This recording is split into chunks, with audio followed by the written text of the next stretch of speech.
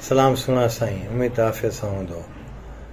अॼु तव्हांखे बुज़ुर्ग गदह जो हिकिड़ो किसो थो ॿुधायां। दिलचस्प रूदाद आहे। कंहिं ज़माने में बल्कि हाणे बि लॻनि थियूं बाज़ारूं, पर कंहिं ज़माने में अॻाटे ज़माने जी ॻाल्हि आहे त बाज़ार लॻंदी हुई जंहिंमें गदह घोड़ा ऐं अहिड़ी तरह सां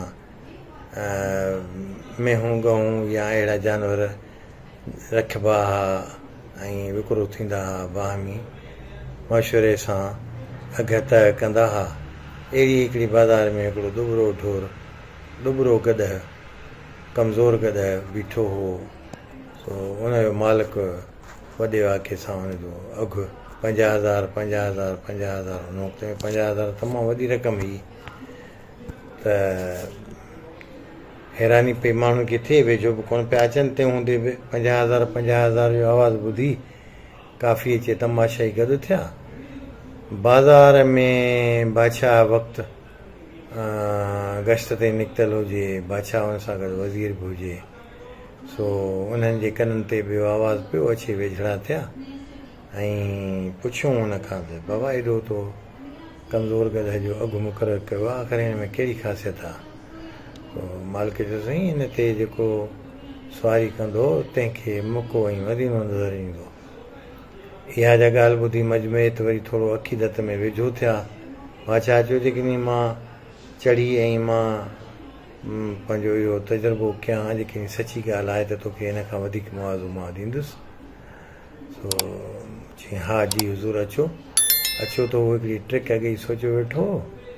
मालिक जो साईं इहो हिकिड़ो शर्त आहे त गदह ते सवारी करण खां पोइ उनखे मको मदीनो नज़र ईंदो जेको माण्हू कूड़ो न हुजे, सचो हुजे, अमानतदार हुजे, ईमानदार हुजे त हुनखे नज़र ईंदो, दीनदार हुजे। ऐं जेकॾहिं न त मको मदीनो नज़र न ईंदो। बादशाह पहिरीं पंहिंजे वज़ीर खे चयो तूं चढ़ी ॾिस छा हाल वाल आहे। वज़ीर पंहिंजो वेझो थियो अचे ऐं हुनखे चई त मां सुवारु थियां थो। चई जी जी जी किबला बेशक। पोइ साईं सवारी हुन कई, हुन मथां गदह जो चढ़ियो त हुजे कुझु त नज़र अचे न, नज़र त कुझु कोन आयुसि। हीअ त हिकिड़ो हुनजो छॾियल हो, हिकिड़ो जंहिंखे छा चवंदा आहिनि ट्रिक ई।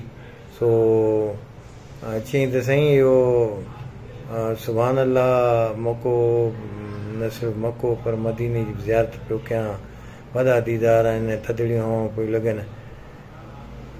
असल में वज़ीर इहो सोचियो त जेकॾहिं मां चवंदुसि त मूंखे कुझु नज़र न आयो त पोइ इहा मुंहिंजी हिन हेॾे सारे मजमे थींदी बेइज़ती। सभई सम्झंदा त वज़ीर कूड़ो आहे, बेईमान आहे, इन करे हिनखे कुझु नज़र न आयो। इन करे तारीफ़ूं करे लथियो त बादशाह खे शौक़ु थियो त मां बि चढ़ी इहो मको मदीनो ॾिसां। बादशाह जो गदह ते चढ़ियो त नज़र त हुनखे बि कुझु कोन आयो। हाणे हुन भरम रखण लाइ बादशाही जो भरम रखण लाइ हुन बि इहा ई ॻाल्हि कई त वाह सुभान अल्लाह, न सिर्फ़ु मको मदीनो पर मूंखे त जन्नत जो सैर पियो कराए। जन्नत साम्हूं नज़र पई अचे, हुते वण आहिनि, गुल आहिनि, ॿूटा आहिनि। हवा इहा जा ॻाल्हि मौज में ॿुधी त अचे ऐं गदह खे चंबड़िया। को साईं गदह जो पुछ पियो पटे, को कननि खां पियो वठेसि, को नेड़े ते पियो चुम्यूं ॾिएसि, को कैंची खयों हुनजा वार कतरे तबरक तौरु खयों पियो वञे। अहिड़ी तरह सां था वेठे वेठे उहो गदह बुज़ुर्ग थी वियो।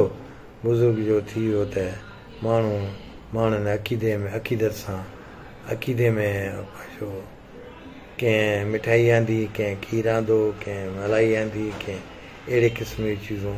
हाणे गदह जेको अॻे ई दुबरो ऐं गाह खाईंदड़, तंहिंखे अचे थियूं टीकूं हणी उहो मरी वियो त उते हिनजी मज़ार ठाहे छॾियूं। मज़ार ठाहे मथां कुबो वॼायूंसि। उहा अॼु ॾींहं ताईं गदह पीर नाले मशहूरु आहे। तव्हांखे एतबार नथो अचे त तव्हां सुपरावे ते खाॿे तरफ़ चाढ़ीअ ते पहाड़ी ते ॾिसो त हिकिड़ी मज़ार आहे या न। ॿिनी ॻाल्हियुनि खे संजीदा न वठिजो, मिड़ेई थोरो मज़ो ख़ुशि थियो। आबाद हुजो शल।